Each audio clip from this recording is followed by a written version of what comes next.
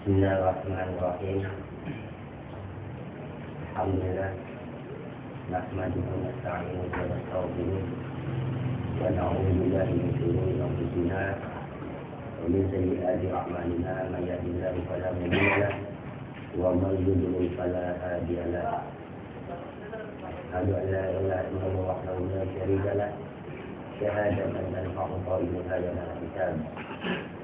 Asyhadu anna sayyidana Muhammadan abduhu wa rasuluh alladzi la yantiqu 'anil hawa in huwa illa wahyun min rabbil alamin. Shalawatullah alaihi wa ala asyrafil anbiya wa sahabatil mutamassikin bi sunnati wal kitab. Amma ba'du.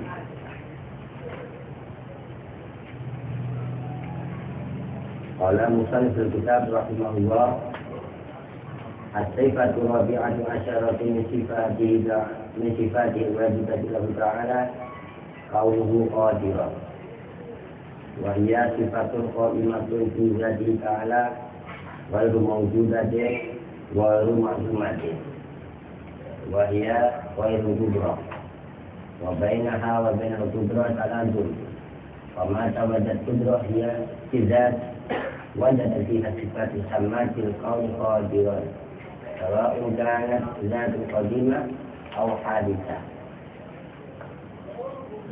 Ada jamaah akan melihatkan pada malam yang ke-25 ini bisa sampai pada pembahasan tentang sifat yang ke-14, sekian daripada sifat-sifat yang wajib bagi Allah Ta'ala qauluhu qadiran, keadaan dirinya dan yang berkemampuan.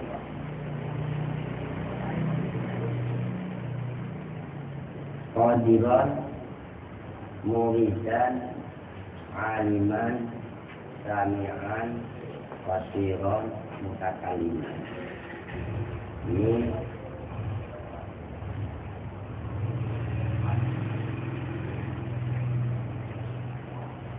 dibicarakan pada pembicaraan sifat, tapi ada makna adalah hal maknawiyah. Hal maknawiyah sebagai talazum daripada sifat ma'ani.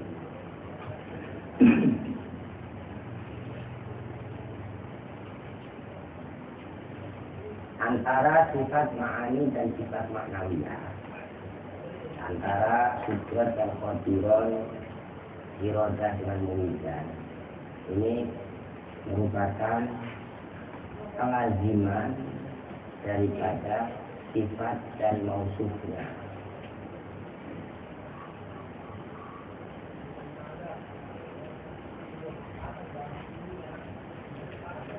Bagi zat Allah disebut keadaan yang berkuasa, keadaan yang menguasai, keadaannya yang menghendaki, keadaannya yang mengetahui, keadaannya yang hidup.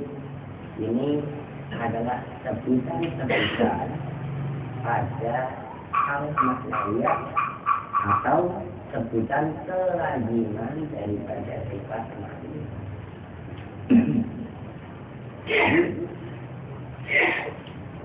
Dalil dan madlul, sifat dan mausuf. Bila hal ini dibicarakan pada zat hakikah atau zat makhluk, jadi kita gambarkan si zat atau si umat ini orang yang berkemampuan, karena sifat mampu itu ada pada diri zat atau ada pada diri umat.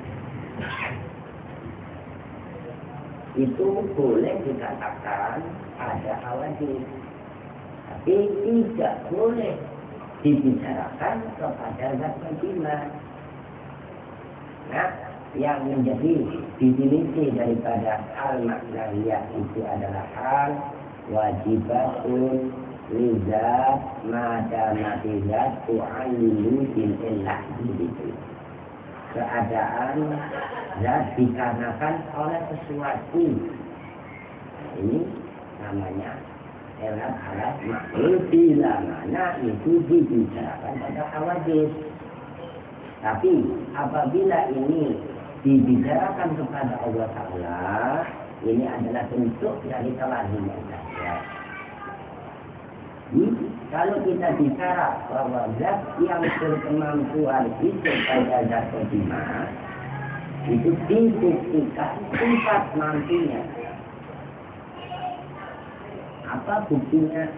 Allah itu zat yang berkemampuan. Apa buktinya Allah itu zat yang berkehendak? Apa buktinya Allah zat yang berilmu?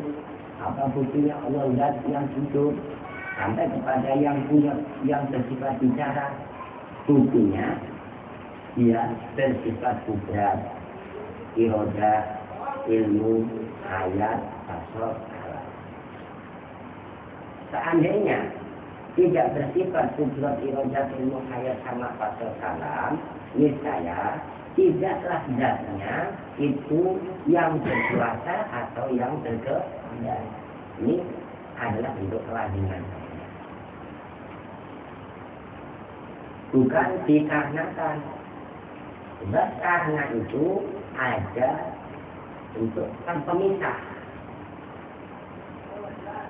Jadi bagi zat Allah, bagi sifat Allah, kembali kepada sifat qadimah atau wahdiyah di sini tidaklah pisah maupun kumpul. Bila dibicarakan kudrat, bisa diketahui dirinya yang bersifat kudrat itu adalah Allah, maka kudrat itu menjadi dalil, iradah menjadi dalil, atau sifat ma'ani menjadi dalil sifat makna. Iya. Kalau kita bicara apa buktinya Allah bersifat kudrat, iradah, ilmu, hayat, buktinya adalah wujudnya makhluk. Nah, makhluk itu barang yang dijadikan semuanya menuntut yang menjadikan harus bersifat mampu, berkehendak, berilmu, dan hidup. Tidak adanya salah satu sifat yang keempat ini, maka mustahil akan terjadinya makhluk. Karena itu yang menjadi tuntutan makhluk. Tadi dikatakan bahwa istiqar wa istiqar ilaihi kullu ma'ada, ya butuh yang dijadikan kepada zat yang bersifat mampu, iradah, ilmu, hayat. Ini jadi dalilnya sifat ma'ani. Tapi kalau dalilnya sifat maknawiyah, itu adalah sifat ma'ani.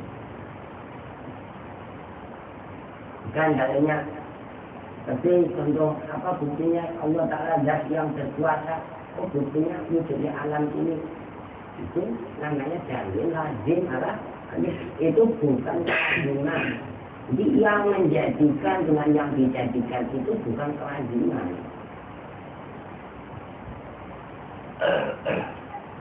Yang menjadi kelaziman itu adalah yang menjadikan lazim bersifat kudrat, iradah, ilmu, hayat. Ini lazim namanya. Adapun yang dijadikan ini menuntut adanya yang menjadikan harus bersifat.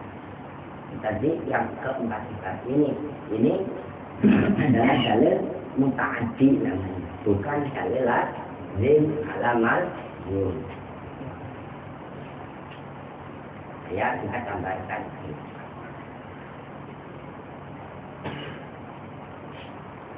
Sorotnya sifat dengan baterainya. Itu bisa apa enggak? Sorotnya baterai dengan baterainya. Lazim. Nggak bisa. Sorot dengan baterai nggak bisa. Nah, yang disorot, bisa kan? Yang kita aluk yang disorot itu, ya bukan baterai dan bukan sinar. Mau ada yang disorot, nggak ada yang disorot, baterai itu tetap nyorot saja. Begitu. Jadi, tidak ada hubungan sifat yang dijadikan dengan yang menjadi. Nah, sifat yang menjadikan itu lazim kepada zatnya dan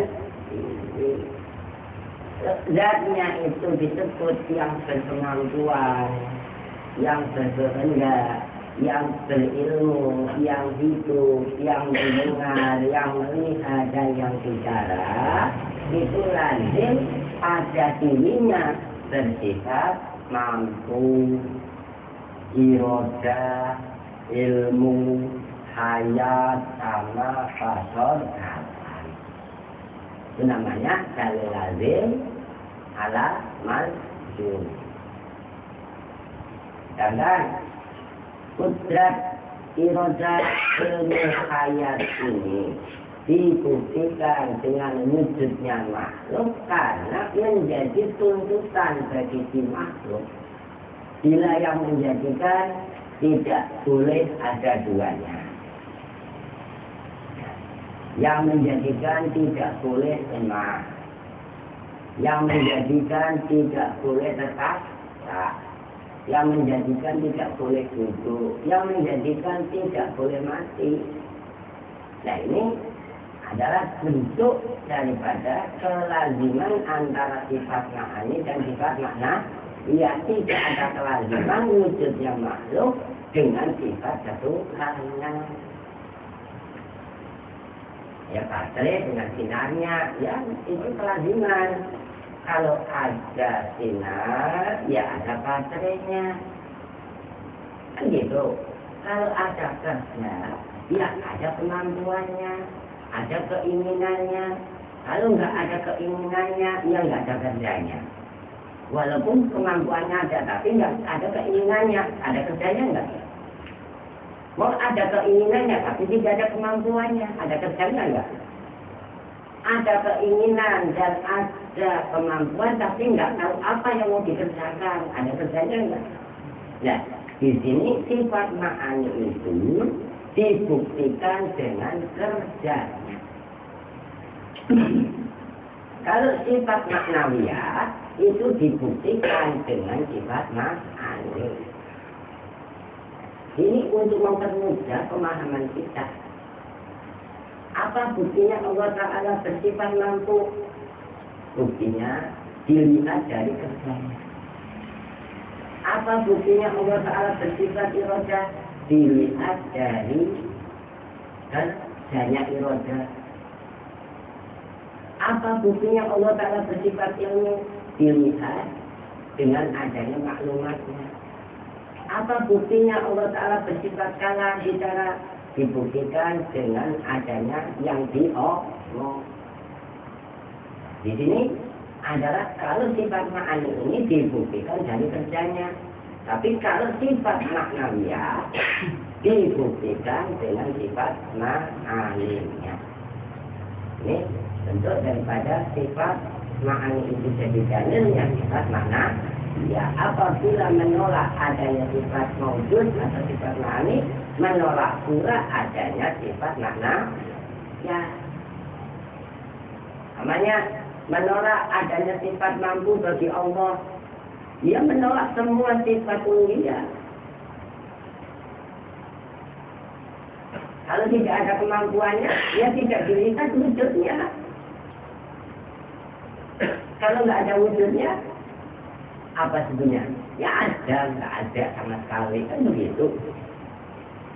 Karena kalau ada tidak ada kemampuannya, ada kelemahan. Nah, kelemahan ini bukan lupa. Karena sifat lemah itu sifat yang ada bagi Allah, sifat yang tidak ada bagi Allah Ta'ala, sifat yang tidak mewujud bagi zatnya. Yang mewujud pada zatnya itu adalah kudrat. Kalau sifat kudrat ini tidak ditiadakan atau tidak diakui adanya sifat mampu pada Allah, maka menolak seluruh sifat ketuhanan. Begitupun pula menolak sifat iradah, begitupun pula menolak sifat ilmu, begitupun pula menolak sifat hayat. Jadi kita lihat dari arah mana kita mau bicara tentang sifat maknawiyah. Sifat maknawiyah ini dibicarakan terlebih dahulu dengan sifat ma'aninya. Hikmahnya, karena sifat ma'ani ini membicarakan tentang dalil. Sifat ma'ani ini menjadi dalilnya zat. Kalau tidak ditemukan sifat ma'aninya, ya tidak ditemukan sifat maknawiyahnya. Kalau tidak ditemukan sifat maknawiyahnya, ya tidak ditemukan zatnya. Dan artinya kalau ditemukan ada. Maka di sini sifat ma'ani disebut adalah sifat mawujud. Ini sifatun qa'imatun di. Sedangkan sifat maknawiyah, waya sifatun qa'imatun di zati ta'ala. Bukan sifatun mawujudatun. Sifat qa'imah. Sifat yang nampak pada zatnya adalah zat yang menguasai. Lazim pada sifat mawujud atau sifat ma'ani yang berupa kudrat itu qaim, sifat mawujud, sifat yang ada pada zatnya. Kalau sifat kudrat itu tidak ada pada zatnya, misalnya tidak ditemukan zatnya. Kalau tidak bersifat kudrat, ya tidak bersifat mawujud. Kalau tidak bersifat mawujud, tidak bersifat mulidah. Kalau tidak bersifat ilmu, dia tidak bersifat akliman sampai kepada mutakaliman. Ini disebut namanya talazum sifat lil mausuf, kelaziman sifat pada mausufnya. Dia setelah kita ringkas dengan bahasa sifat ma'ani, kita akan melangkah pada selesai pada pembahasan 40 sifat yang wajib diketahui bagi tiap-tiap mukallaf. Sifat yang wajib diketahui oleh tiap-tiap mukallaf adalah 40 hak ilahiyah atau 40 sifat yang wajib, 20 sifat yang mustahil, 20. Berarti 40. Sedangkan pembahasan di sini adalah 50 ikon. Nah di sini wa minal khamsina, dan sebagian daripada 50 yang telah dibicarakan atau 50 akidah itu isruna abdad, 20 yang menjadi kata lawan wajib mustahil. Berarti 40.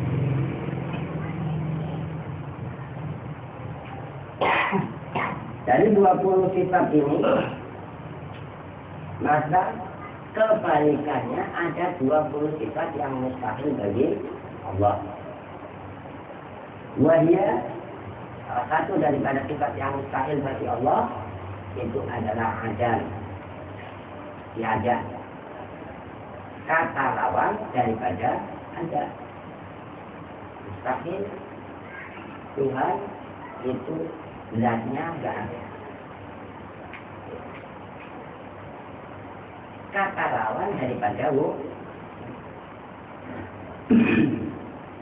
boleh enggak kalau Tuhan itu ada? Boleh enggak Tuhan itu boleh ada apa enggak?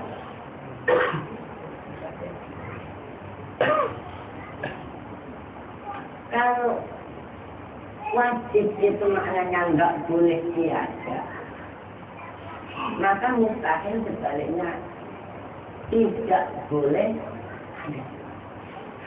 Tidak boleh ada itu disebut mustahil. Kalau ada, kalau wajib tidak boleh tiada. Lah kalau boleh tiada, boleh pula ada, itu bukan wajib dan bukan mustahil. Adanya apa? Kalau dikatakan Tuhan itu nggak boleh ada, kok nggak boleh ada? Kalau Tuhan itu boleh ada, sama dengan dalam sisi sifat hukumnya, bukan pada makna wujud tapi pada makna hukumnya. Kalau makhluk itu boleh ada, maka Tuhan nggak boleh ada. Karena apa? Kalau Tuhan boleh ada, namanya sederajat hukumnya. Derajatnya sifat hukumnya sama. Nah di sini orang yang sebelum kita mempelajari sifat akidah yang 50, didahulukan memahami makna hukum asli dulu. Ini jawabannya di sini. Kalau tidak memahami hukum asli, niscaya tidak bisa membedakan mana nisbat hukum wajib bagi Allah, mana nisbat hukum mustahil bagi Allah, dan mana nisbat hukum jaiz bagi makhluk. Di sini yang boleh ada ya bukan wajib ada, yang mustahil tiada ya juga bukan boleh tiada. Maknanya di sini bahwa dari 20 sifat yang wajib, maka sebaliknya 20 sifat yang mustahil. Ini kata lawan daripada wujud adalah adam, zidun, wujud. Zid di sini adalah zid lughatan, bukan zid istilah. Lughatan itu adalah kata lawannya, begitu. Kata lawannya wujud, ya adam. Kata lawannya wajib wujud,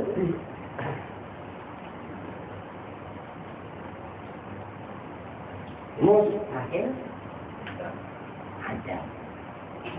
Terus mustahil ada ini sama dengan wajibul wujud. Kalau kita ngomong mustahil ada, artinya wajibul wujud. Tapi kalau ngomong jaizul wujud, boleh ada, jadi maknanya enggak mustahil tiadanya. Kalau wujudnya jaiz, maka adanya pun tapi kalau wujudnya wajib, adanya ada maupun wujud itu ada sifat ketetapan itu.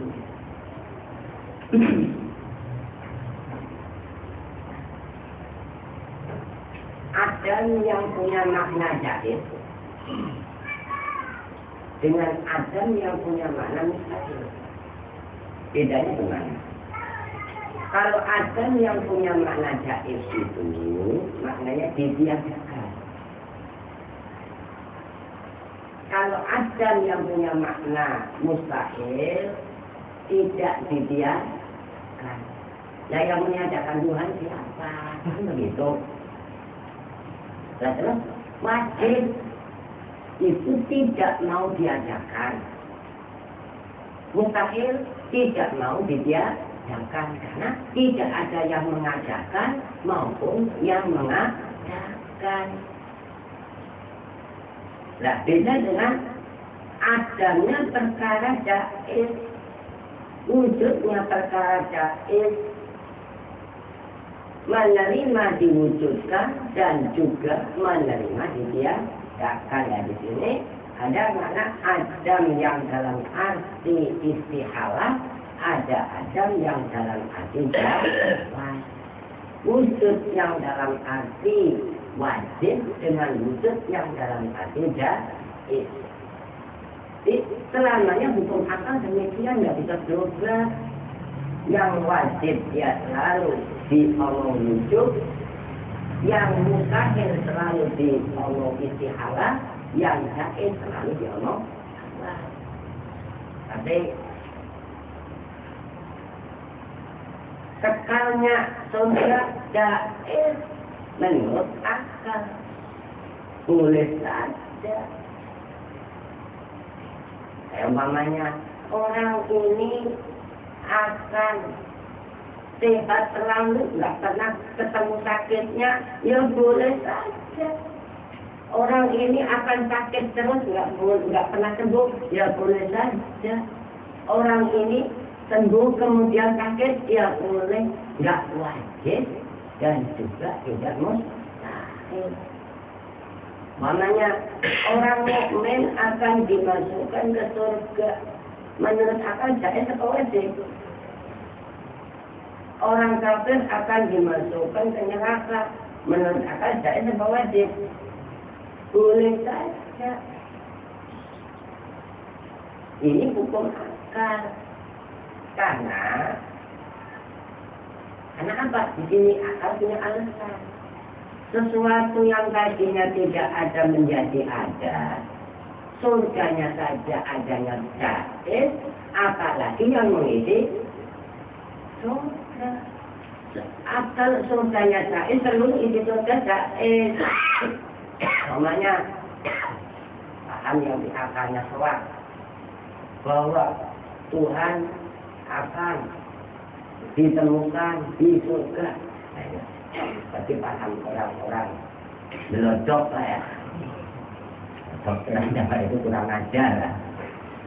Ya kurang ajar itu belajarnya kurang mungkin ya. Ngomong bahwa yang mana apa? Ketemu Bapak di surga, itu ketemu Tuhan di.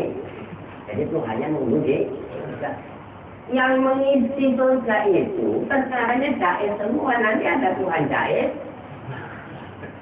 Ada Tuhan. Kalau surganya jaiz, maka seisi surga juga kalau nerakanya jaiz, seisi neraka juga jaiz.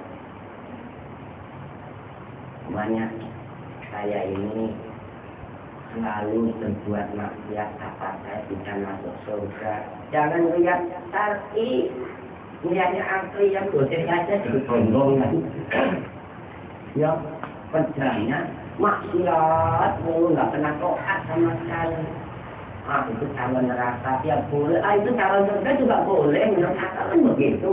Sama, apa? Di sini ada nas. Oh, dia itu orang ahli maksiat. Ketika mati, maksiatnya diampuni oleh Allah. Artinya nih,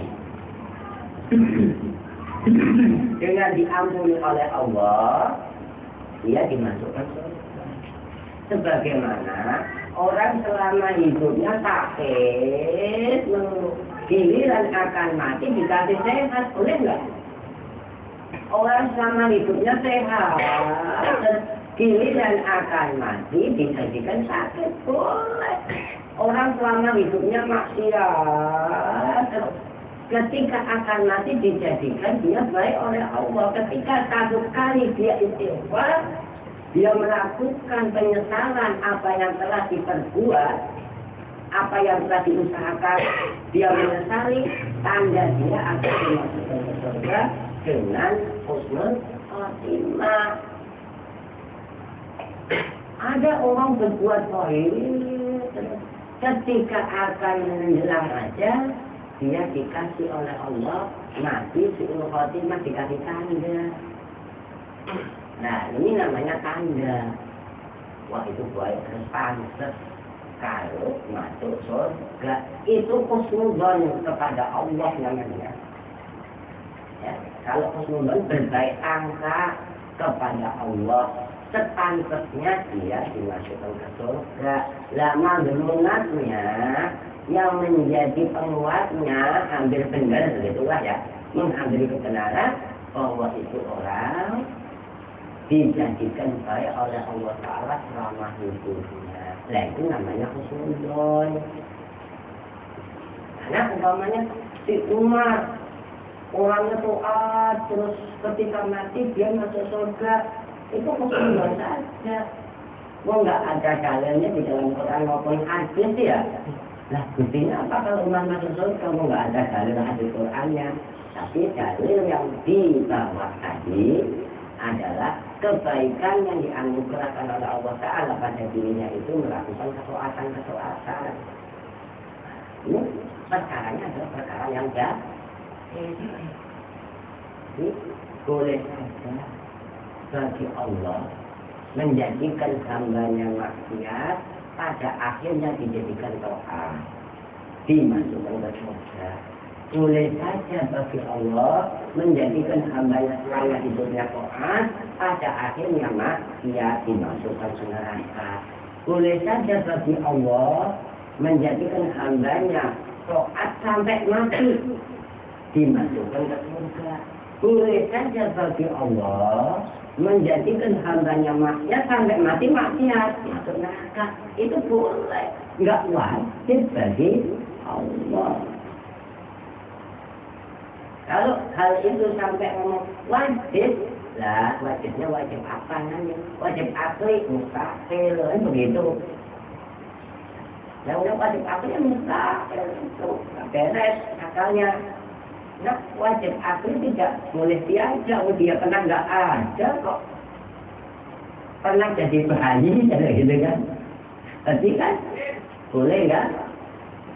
Orang yang tidak pernah berbuat baik sama sekali, ketika mati masuk surga, contohnya ada nggak? Ada anak kecil, bayi, anak berbuat baik. Masuk surga, apa yang dia berbuat coba? Oh, itu dia berbuat penyakitnya disiksa oleh Allah karena dia berbuat maksiat. Bayi nggak pernah berbuat maksiat dijadikan sakit kalau Allah Ta'ala ngomong aku perenggain masalahnya. Itu kembali pokok poinnya di sini kita mengetahui dulu sebelum kita bicara 50 akad itu, paham mana yang wajib bagi Allah, mana yang mustahil bagi Allah, dan mana perkara yang jaiz bagi Allah harus diketahui dulu. Isinya yang wajib dipelajari, hasilnya 20 yang bisa ditemu oleh akal. Sebaliknya isi daripada mustahil, tapi apa yang dimustahilkan oleh akal ya ditemukan 20 bagi Allah Ta'ala. Yang pertama adalah dan kemudian yang kedua wasanatu al-hudud. Yang kedua mustahil Allah Ta'ala itu baru. Paham baru? Baru itu tadinya nggak ada, jadi ada. Tuhan mengadakan dirinya sendiri yang mustahil, begitu kan? Dan mustahilnya Pak, yang namanya mengadakan dirinya itu tadinya tidak ada, hasilnya. Kalau Tuhan itu mengadakan dirinya mustahil, kalau Allah mengadakan dirinya mustahil apa enggak? Apa? Sebab perkara itu yang mengadakan dirinya tidak ada. Siapa yang mengadakan dirinya? Contohkan satu saja. Tuhan mengadakan dirinya lalu mustahil. Karena apa? Ditemukan barunya. Kalau ditemukan barunya jadinya apa? Atau dos. Jadi Tuhan yang mustahil mengadakan dirinya, alam juga mustahil mengadakan dirinya.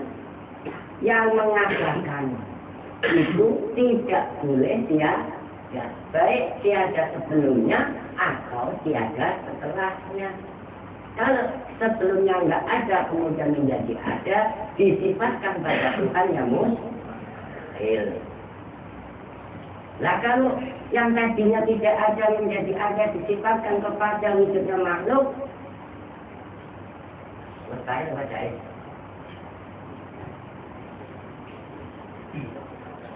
Yang tadinya tidak ada menjadi ada, wajib atau mustahil itu?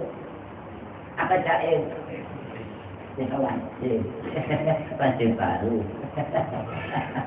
Yang tadinya tidak ada menjadi ada, itu wajib barunya kan begitu. Jadi, kalau wujudnya makhluk itu jahil gitu. Tapi kalau barunya makhluk, barunya wujudnya makhluk, ya wajib baru. Pada Tuhan ya wajib qadim. Nah, pada makhluk, wujudnya makhluk yang mustahil qadim.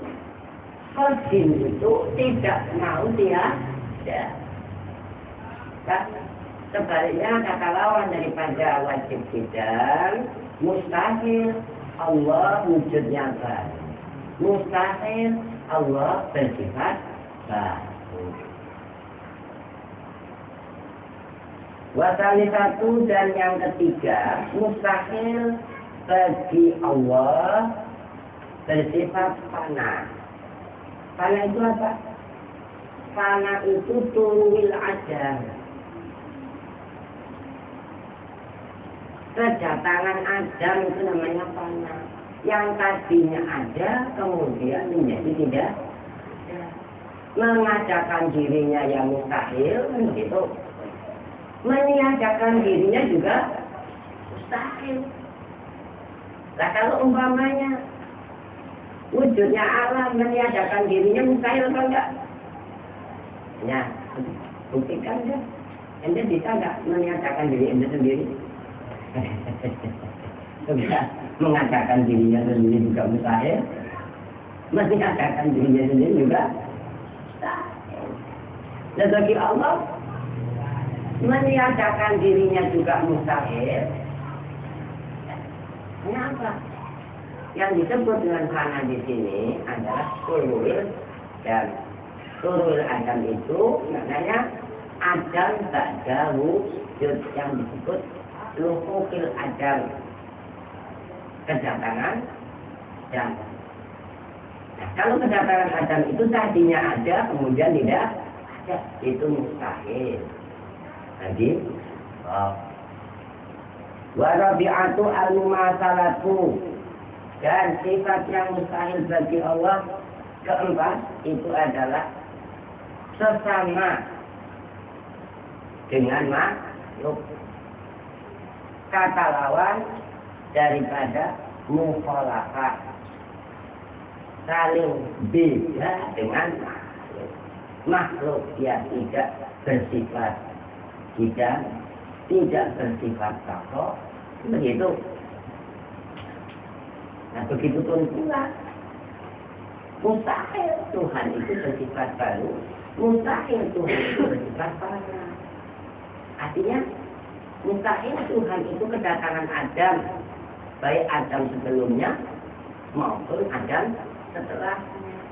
Nah ini hasilnya adalah mustahil kalau begitu masalah sesama dengan makhluk. Nah makhluk itu boleh ditemu tiadanya sebelumnya atau boleh saja ditemu tiada setelah wujud.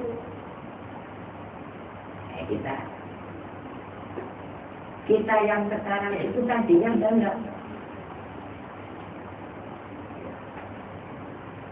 Kalau kita yang sekarang tadinya ada, berarti kita ada berapa? Ada juga.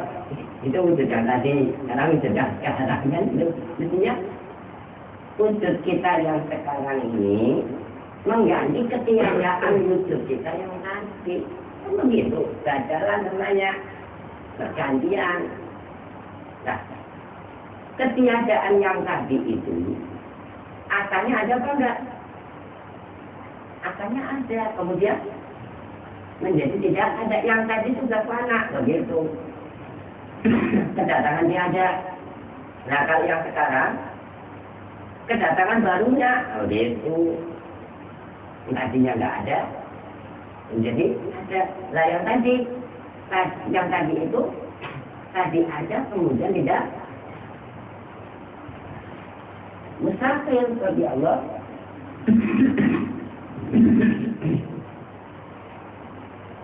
Sesama dengan makhluk.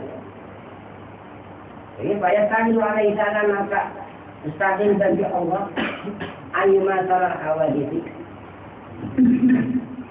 menyerupai baik wujudnya maupun sifatnya maupun perbuatannya dengan makhluk.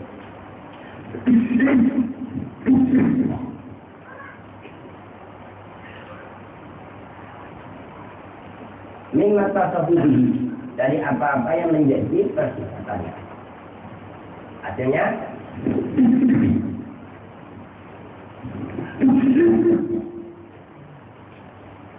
Fala yamuru alaihi ta'ala zaman, maka tiadalah bagi wujud maupun sifatnya ataupun perbuatannya diikuti oleh zaman. Kalau kita ditanya, kapan Tuhan bikin alam? Nah,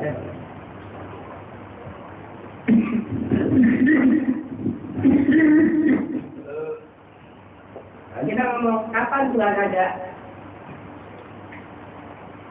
Ya ada kapannya. Tapi kalau kapan alam dibikin lain? Kalau ini alam ditanyain, ini alam bukan alam.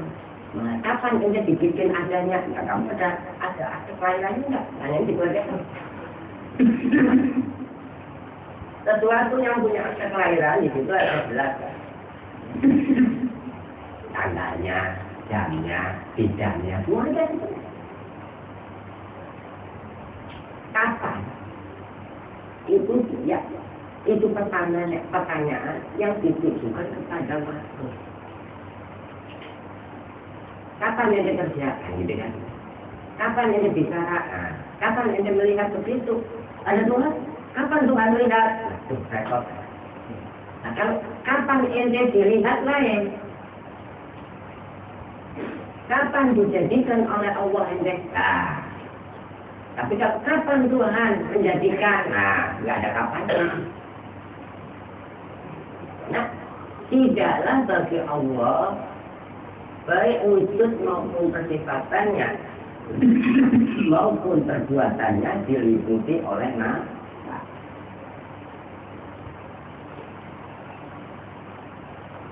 Kalau tanya kapan siang dijadikan oleh Allah? Nah, lain kan? Bukan kapan Allah bikin siang, nggak beres.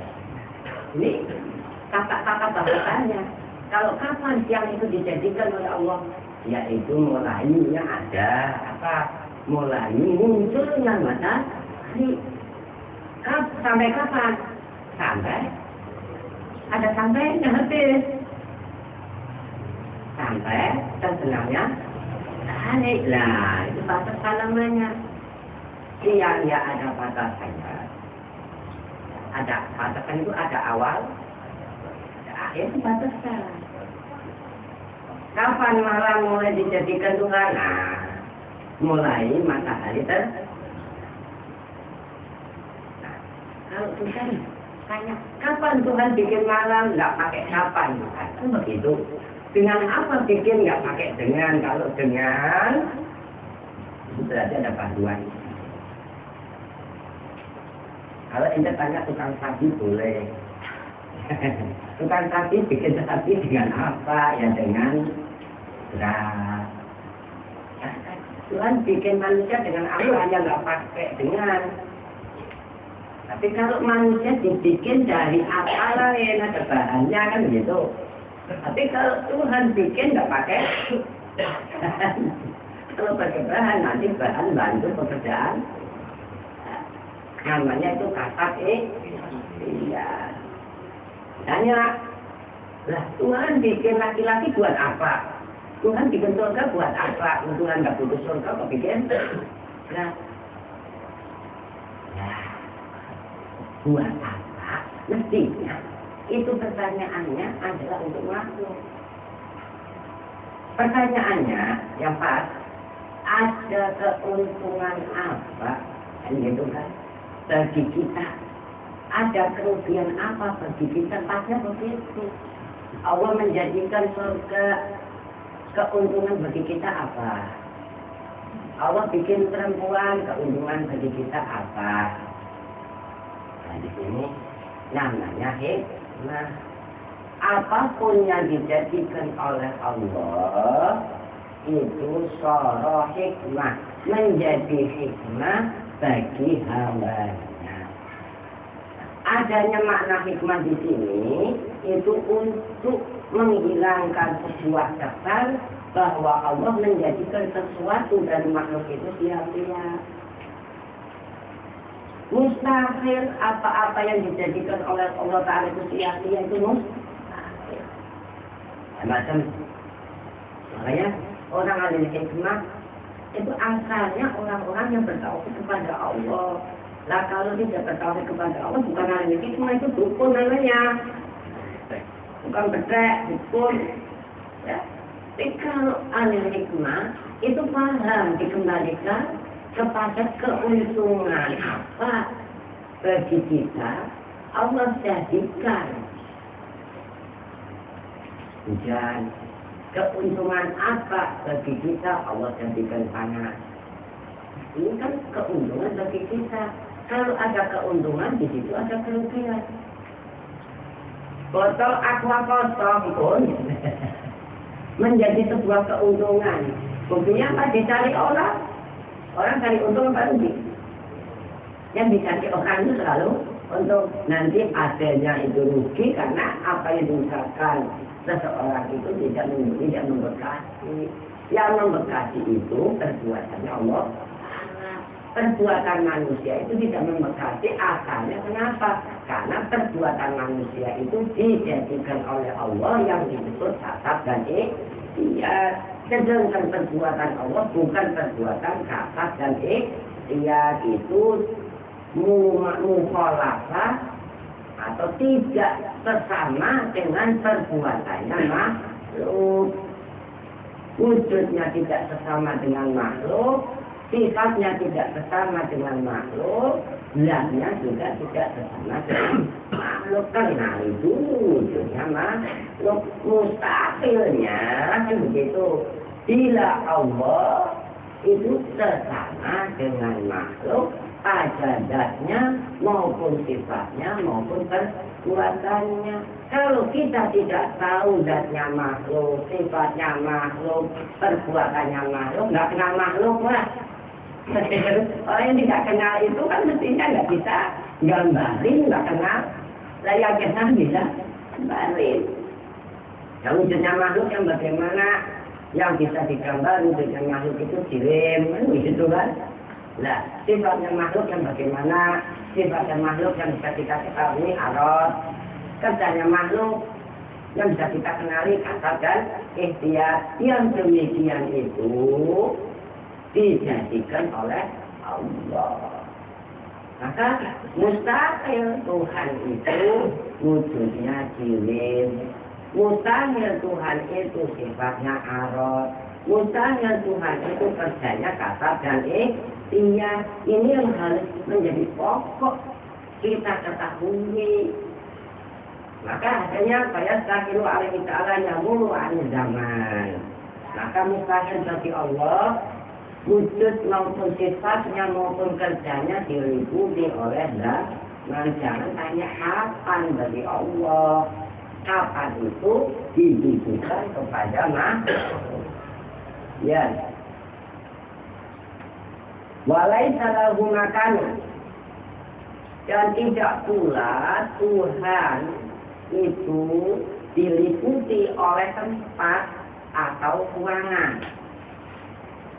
Tempat atau tempat. Bisa tempat. tiap-tiap tempat itu punya arah atau tidak? Tiap-tiap yang menempat itu dia berarah atau menjadi arah bagi yang lain.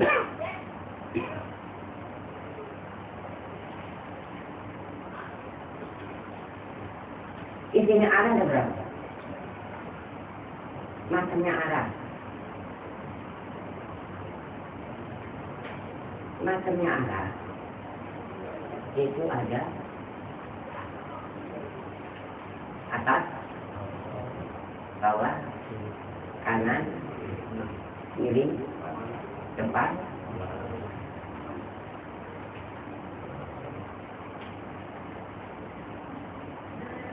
Tuhan punya depan enggak? Tuhan punya atas enggak? Nah, Tuhan di atas.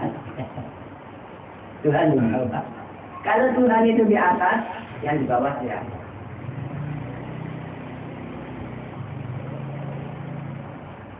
Sesuatu yang tidak bertempat, maka tidak berarah. Dan Tuhan tidak menjadi arah. Tapi sesuatu yang bertempat, dia punya arah dan juga menjadi arah.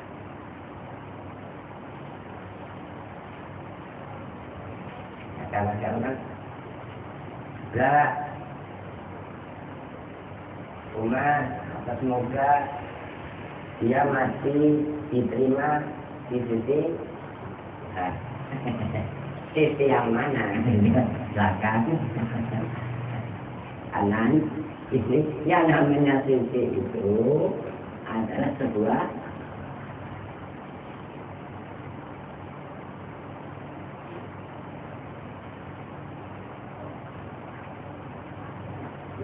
walaisa lahu harakatun wala sukun, dan tidak pula bagi Allah hidupnya bersifat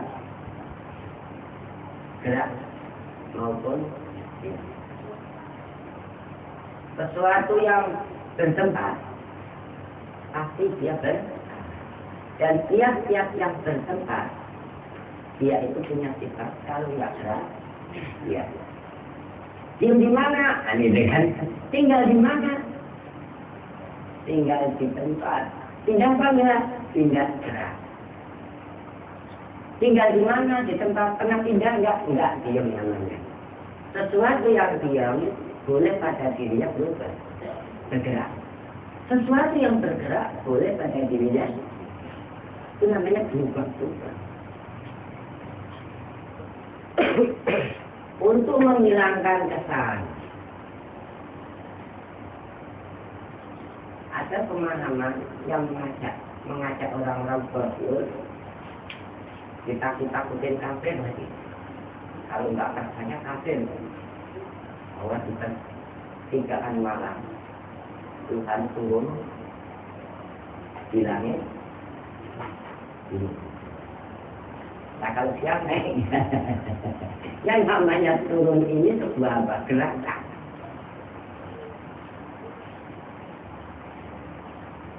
Ini paham-paham Mujassimah. Kalau kita memahami mana yang bagian-bagian masalah, bagian-bagian yang sesama dengan makhluk, menolak pemahaman bahwa Tuhan itu sesama dengan makhluk, harus juga paham bagian-bagian yang sesama dengan makhluk. Seandainya Tuhan itu menempat, maka itu bagian sama dengan makhluk, kan begitu. Seandainya Tuhan itu punya gerak, bagian sesama dengan makhluk. Seandainya Tuhan itu diam, bagian sesama dengan makhluk. Orang yang tidak paham bagian-bagian yang sesama dengan makhluk akan mengarah pemahaman-pemahaman Mujassimah atau Juhmiyah. Juhmiyah ini adalah sebuah pemahaman bahwa Tuhan itu berarah.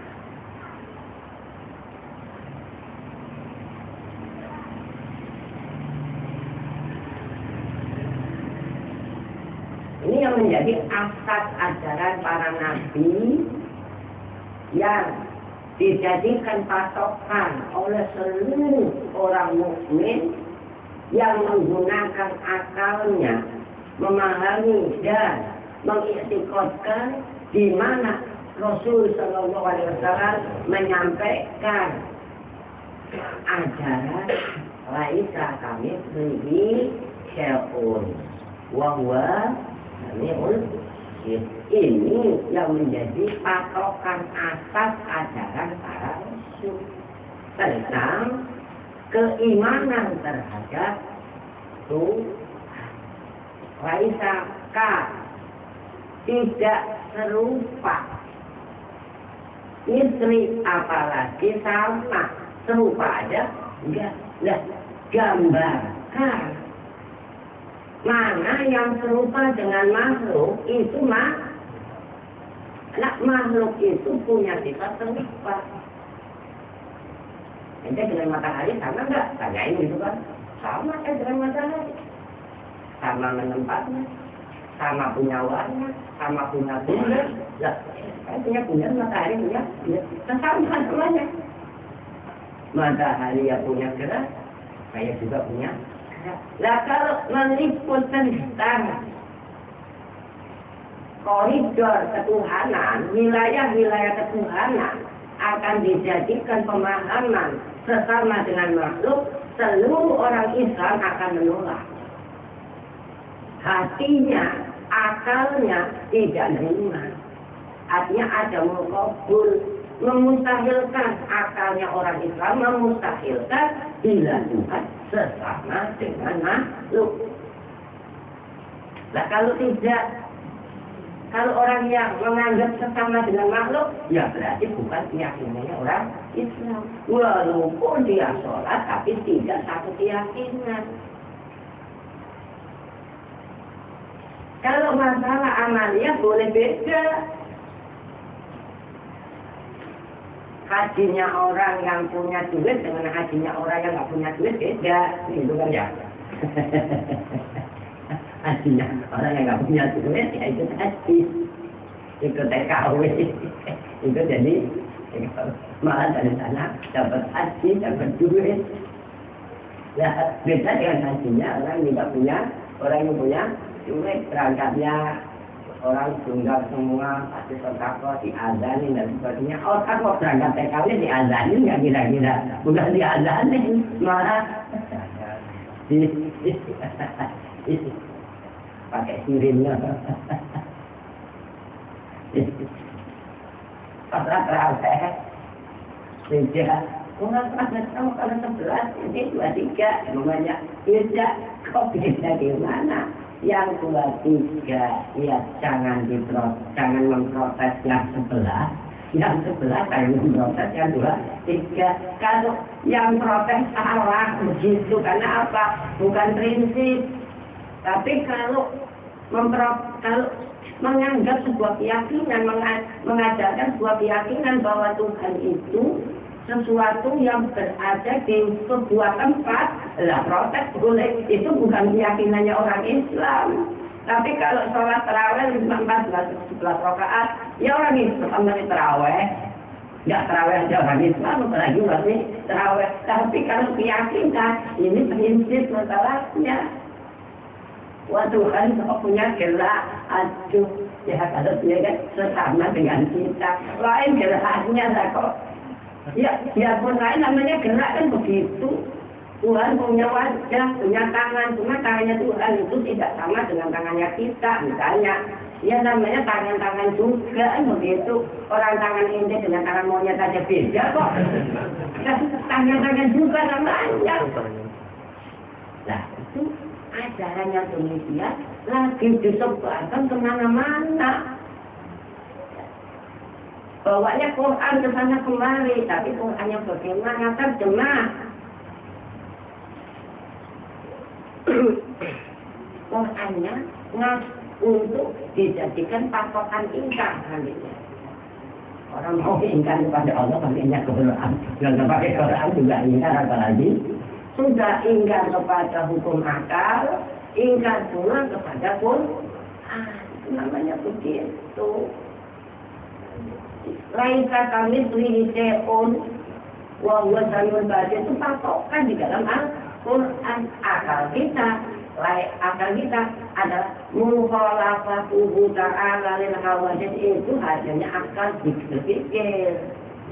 Karena akan menemukan wajib bagi Allah tidak sesama dengan makhluk, karena akan menemukan wajib bersifatan bidang bagi Allah, wajib bersifatan bapak bagi Allah. Ini hasilnya mukhalafah lil hawadith.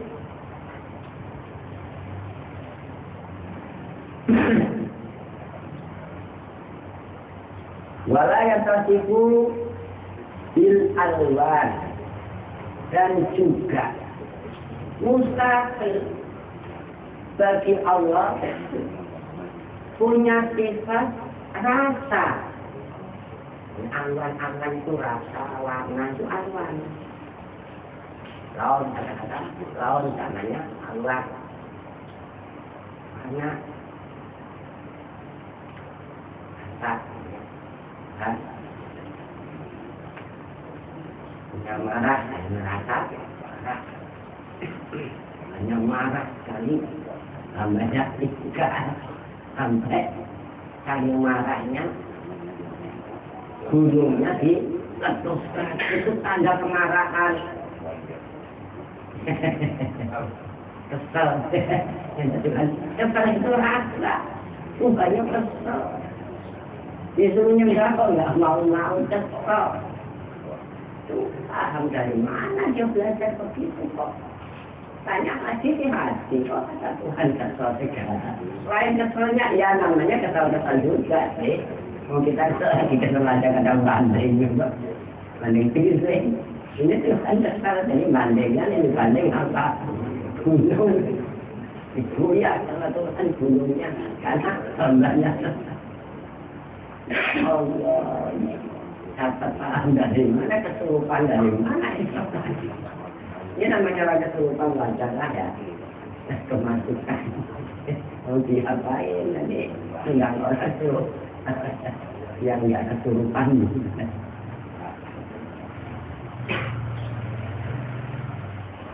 Wala bihi hadir, dan mustahil Tuhan itu mempunyai atau mustahil Tuhan itu berarah atau menjadi arah atau punya arah. Wala yukol kokol jilid, maka tidaklah pantas diomongkan, maka tidak pantas diomongkan bahwa Tuhan di atas benda. Misalnya ya, Tuhan bersemayam duduk di atas kursi. Kursi itu benda bukan? Tidak kan? Bagaikan raja duduk di singgasana. Duduk nangkring di atas kursi. Lah pantatnya saya lah duduk itu kan menyatu ya. Sesuatu yang Tuhan ya bukan kursi. Kursi ya bukan. Yang duduk bukan kursi. Yang duduk bukan kursi juga bukan kursi yang diduduki. Lah yang menduduki ya bukan kursi. Jadinya dua kan ini. Kalau enggak percaya kafir, ya kafir nggak apa-apa deh. Saya kalau suruh percaya, suruh meyakini bahwa Tuhan itu duduk di atas sesuatu, berdiri di atas sesuatu. Yang satu pakai sendiri aja kalau ini mampu. Ini kafir, ya nggak apa-apa kafir. Masuk neraka ya nggak apa-apa. Keyakinan ini misalnya barometer saya mau selamat ya, tinggal keyakinan saya. Ya. Kalau saya ini salah di dalam keyakinannya, sudah tidak punya tolong bersama.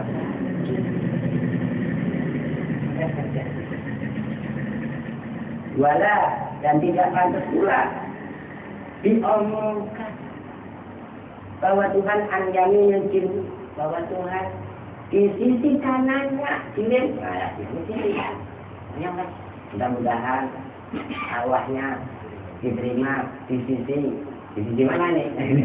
Sisi kanan atau sisi kiri? Yang namanya sisi itu bagian dari A.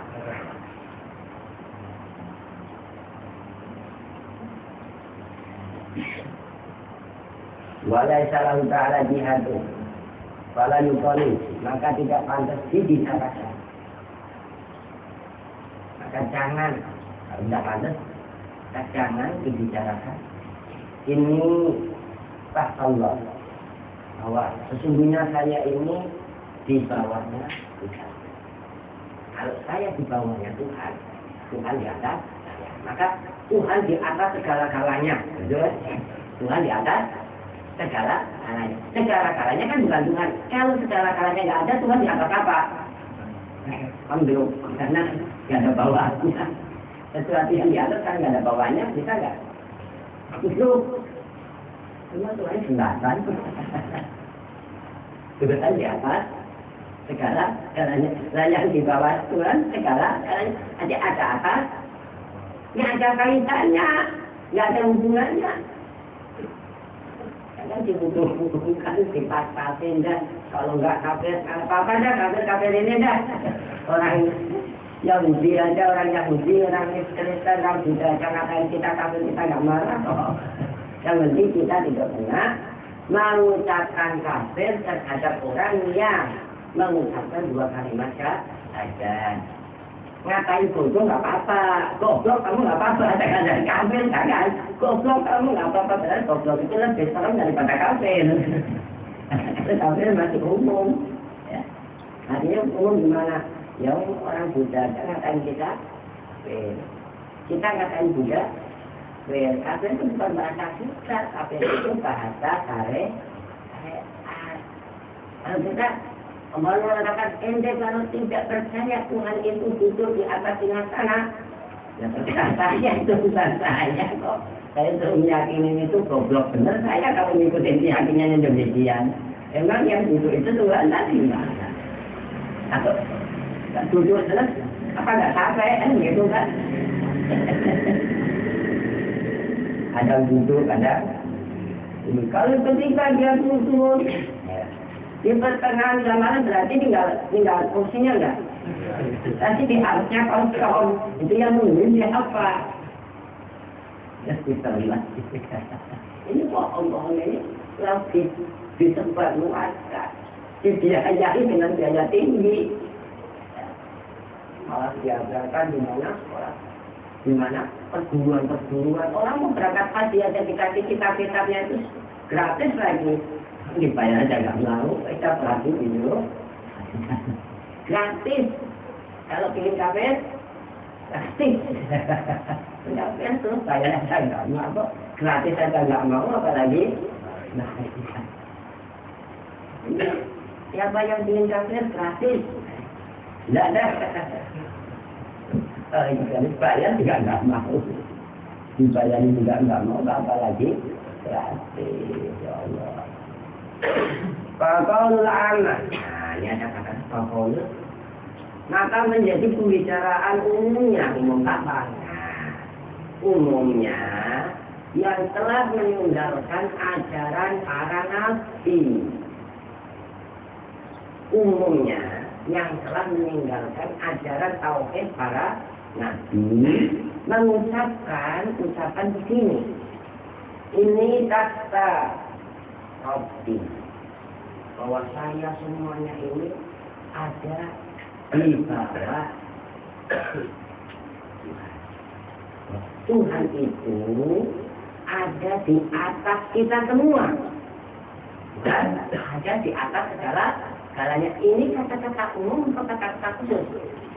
Kata umum itu berarti menjadi ajaran umum. Kalau kita ngomong Tuhan tidak di atas segala-galanya, oh diserang ente. Ente, bisa entir. Orang Tuhan di atas segala-galanya, kok ngomong Tuhan tidak ada di atas segala-galanya. Ini omongnya nyeleneh, katanya maksudnya umumnya begitu.